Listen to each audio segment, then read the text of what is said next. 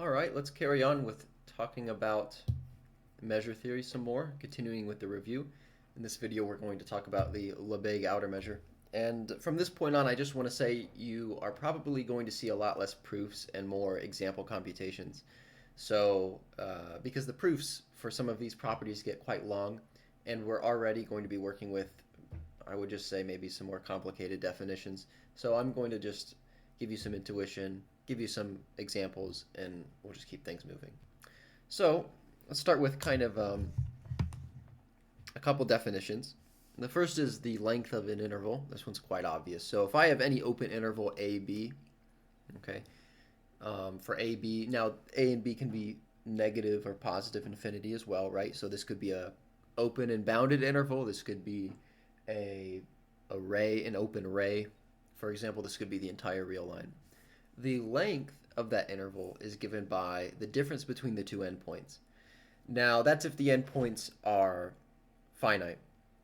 Okay, so if I have A and B are finite, then the length of I, which is just, I'll just write it here for emphasis, which is the length of the interval AB, is just B minus A, and that's quite obvious, right? I mean, if I have the interval from 1 to 2, it makes sense that I would define its length as 2 minus 1, which is 1. Okay, so that is not too big of a deal. We do adopt these conventions when working with endpoints that are infinity. So if one of my endpoints are infinity, then the length is infinity, whether it's one or both. Okay. Note that from immediately we get from this definition monotonicity. So if I have I as a subset of j, then obviously the length of I will be less than or equal to the length of j. Right? That's quite clear. And so that's how we define length. What we get from that is this idea, we were talking earlier, I've alluded to a few videos ago, this idea of defining a measure, coming up with our own concept of length that allows us to measure a lot of things, but also we want our measure to be intuitive, like it makes sense why we define things the way we define it, okay? So when we're defining a measure, you're defining a way to measure things. You're defining what what the ticks on your ruler should be, I guess you could say. Okay, so we have some things we want. And one of the things that seems really obvious if we're talking about the size of subsets of the real number line, we want that measure when we measure an interval, for example, it should give us the length of that interval, not some crazy value. Okay, so we're going to define a measure with with these wants in mind. Okay, and we're going to start by defining something that's not quite a measure, but it's really close and it has a lot of properties that we want. Okay, and that is going to be the Lebesgue outer measure. So we're going to consider the real line R and the sigma algebra, the power set of R. I should say the power set of R. Okay, so we're going to be working on the largest power set. I mean, the largest sigma algebra of the real line. Okay, so the power set of the real line. All subsets we're going to be able to plug into this function. I define the Lebesgue outer measure as a function from the power set of x, which is the power set of the real line, to 0 to infinity, given by the following. Okay, there's a lot to unpack here.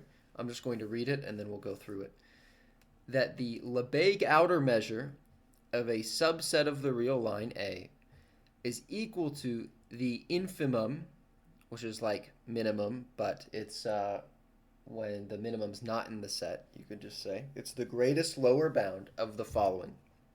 Of the set containing the sum of all lengths of all possible coverings of our set A. Okay, so what does an element of this set look like? Okay, let's kind of break this guy down. So if I have, what this is saying is, we're taking the infimum of a bunch of numbers, and these numbers represent the size of coverings of A by open intervals. Okay, so, let's say A is equal to just a point P. Okay, now I can cover P by many open intervals. I mean, I can cover P by, just one interval. I can cover P by one. And also, by the way, if I union this with another interval, even though A is not contained, okay, in, let's say this is I1 and this is I2, even though P is only contained in I1, right? This whole guy here, we still say this is a single covering of our set A, which is just the point P, okay? And so the real number that corresponds to this is just I take I1, the length of I1, and I add it to I2, okay? And these, also, by the way, these intervals could overlap. So I could have like I3, let me use a different color, just to show you how broad of how broad of a set this is. We're casting a very large net as far as talking about the possible coverings of A by open intervals. This could be I3, and this whole thing serves as one cover. And so I would also add I3. And this is just one number in this set. And we're talking about all possible open coverings of A by open interval. All possible coverings of A by open interval. So this is quite a big set to work with. And in practice, you're not going to write this down. It's going to come down to, can you establish some bounds? Can you characterize generally what the coverings will look like? We'll go through a couple examples in a minute. I have this here. When we're talking about taking the infimum, we want the smallest possible covering in terms of length, as we've just defined it. So if you take, let's say this orange set over here is A. Okay, I could just take and A is bounded, so I can just take a large enough interval, just a single interval that covers A. Okay, but this right here, this is our first covering. We'll just call this I1. Okay, that doesn't look like one. There you go. This is too big, right? Because you have some gaps in A. We could actually do a little bit better. Let's say this gap, right? We don't need to cover it because this gap is not part of A. So I could form a better cover by taking this part out. Okay, and say this is I2 and I3. Okay, we've made our cover, we've refined our cover, you can say. Okay, so this is I2 plus I3. Okay, and what you can say about these two coverings is that, the length of I1 is going to be greater than the length of I2 plus the length of I3, right? I'm going to take the length, we've only defined a length for a single open interval. So I take the length individually of each open interval in my cover. Okay, so this is a better refinement, and I try to get better. I say, okay, well, there's a little extra space here, so I can refine my covering by open intervals by making my intervals smaller, and I can keep doing that. And so you'll get this chain of less thans, etc. And this infimum here is saying, okay, is there a bound B? Is there a real number B that is a lower bound for all possible lengths of coverings? Okay, it's basically saying, do my coverings have to be a certain size? Is there a limit to how small they can be? Okay, so B is a lower bound. We're trying to find it, and also it needs to be the greatest lower bound. It's the tightest bound on this set, tightest lower bound on this set. It's the greatest lower bound. Okay, that's what it means computing this infimum here. Is there that's exactly what I just said. So that's hopefully this gives you some intuition as to what this definition means. I think we're gonna go ahead and move forward and actually compute some examples of the Lebesgue outer measure. And just for your convenience, I'm going to copy this guy here so you can have it, because it's a definition to take in. And there's other, as you move on in measure theory, if this is a subject you somehow are enjoying by my presentation, you're going to find measures that are defined similarly. This is actually a very common form for defining measures in Euclidean space. Okay, anyway, enough of that. Let's compute some examples, actually plug something in and get a number. Okay, and starting with what I was talking about, let's talk about what the measure is of a set containing a single point. So we'll just say let A, or let's say let P be in R, any point you want it to be, and we're going to say that capital A is equal to the set containing the point P. Okay, and we're going to ask ourselves the question, what is the Lebesgue outer measure of A? Now, what's really nice about the Lebesgue measure is that for really simple sets, and it's pretty much if you don't know anything about measure theory, you never studied really complicated set theory, pretty much any set you just can think of quickly in your mind that's just not, you know, so complicated you need a page to write down what its elements look like. The size of the Lebesgue outer measure of that set is probably going to be what you expect it to be, which is what is quite nice about working with this measure. You know, I want you to gain since we're not going to be covering theorems, I want you to gain an appreciation for how this measure is defined, in that if the set is simple and you know, it's easy to come up with in your head, the size of that set as defined by the Lebesgue outer measure is going to be what you would think of it to be. Okay, so moving on with this case of a set containing a point. Okay, if I have, you know, let's start with exactly what I was talking about, which is thinking about your intuition. Okay, a point is infinitely small. It doesn't take up, you know, it's just a point in space. If I keep zooming in on the number line, I mean, it just looks the exact same. You know, no matter how much I zoom in, it still just looks like a point sitting there. It doesn't get any bigger. Okay, so you're going to say, okay, the Lebesgue outer measure is probably 0. Okay, now how do I prove that? And a lot of times when you have a specific set, sometimes the proof is not always the same. Like I can't just plug in something here and it spits out a number. I kind of need some, how do you say, I need to do some gymnastics to be able to prove that the measure of a set is a certain number. Okay, so the gymnastics here is I'm going to claim, because I intuitively think the Lebesgue outer measure should be 0, I'm going to claim that this is true. I'm going to propose a guess, and I'm going to prove that it's the guess. So one thing to notice about the Lebesgue outer measure is that it's non-negative. Okay, so it never takes on a negative value. And I want to prove that for this set it's 0. What I can do is try to see if, given any positive number, okay, so I'll say let epsilon greater than 0 be arbitrary.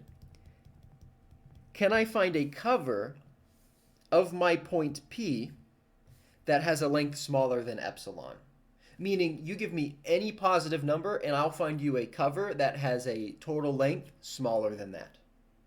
Okay, I can subvert the positive number and I can get as small as a covering, arbitrarily small covering. If that's the case, then we know that the Lebesgue outer measure would be 0, because the infimum of, you know, a decreasing sequence of positive numbers to 0, okay, that's going to be 0. Pretty simple. So what I'm going to say is, okay, let epsilon greater than 0 be arbitrary. Now we have to come up and be creative with a covering of P with size less than epsilon. Okay, well, you can just think of an open set of, you know, radius epsilon over 2 about the point P. So I'm going to say consider I is equal to, we'll say P minus epsilon over 2, and then P plus epsilon over 2. Okay, and now what's that length? We'll compute it. Note that the length of I is equal to P plus epsilon over 2 minus P minus epsilon over 2.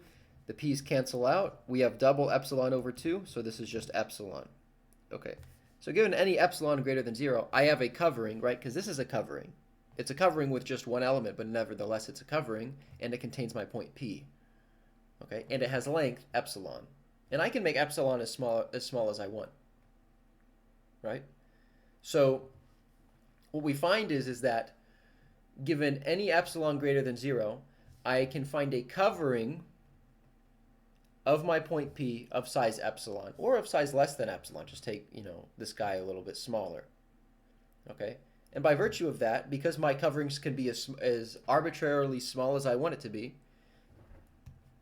it follows that the Lebesgue outer measure of a set containing just a point is equal to 0, which is quite simple. Okay, another simple example, which would really confirm that this is a good way to define a measure, is seeing if I take the Lebesgue outer measure of an interval, do I get the length of the interval? Okay, it's very simple. So if I have, you know, we'll say let I is equal to AB.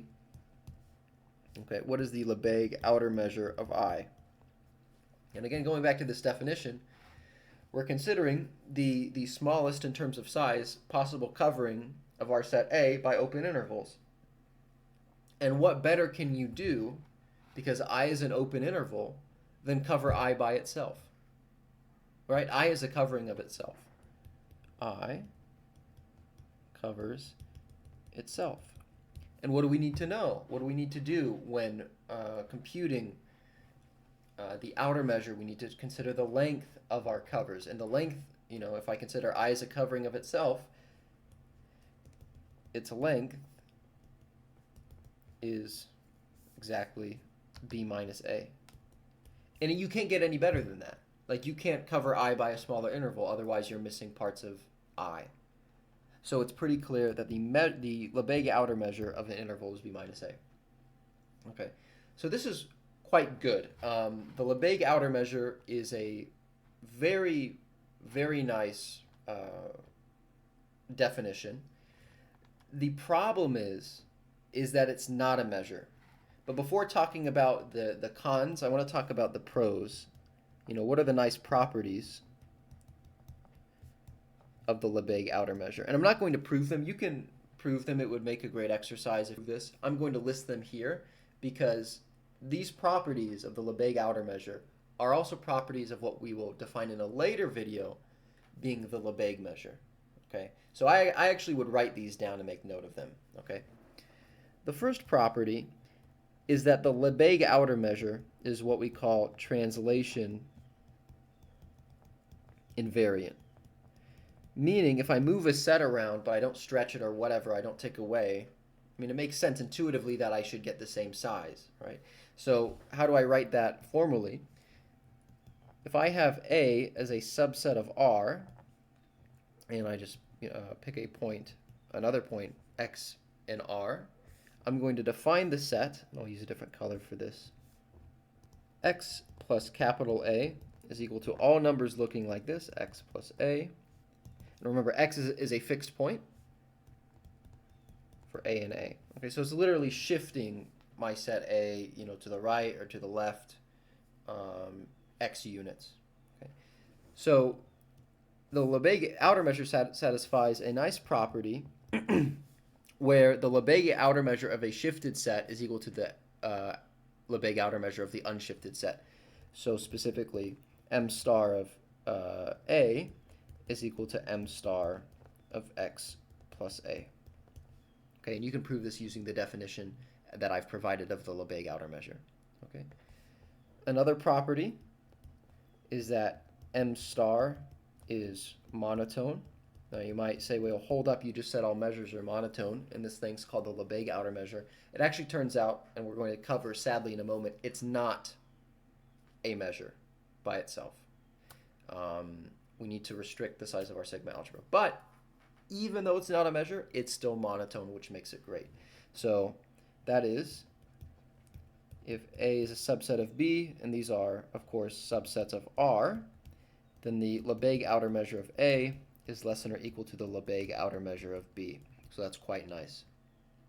Okay, and then the last property is, while it's not, the Lebesgue outer measure is not countably additive. It is countably subadditive, meaning given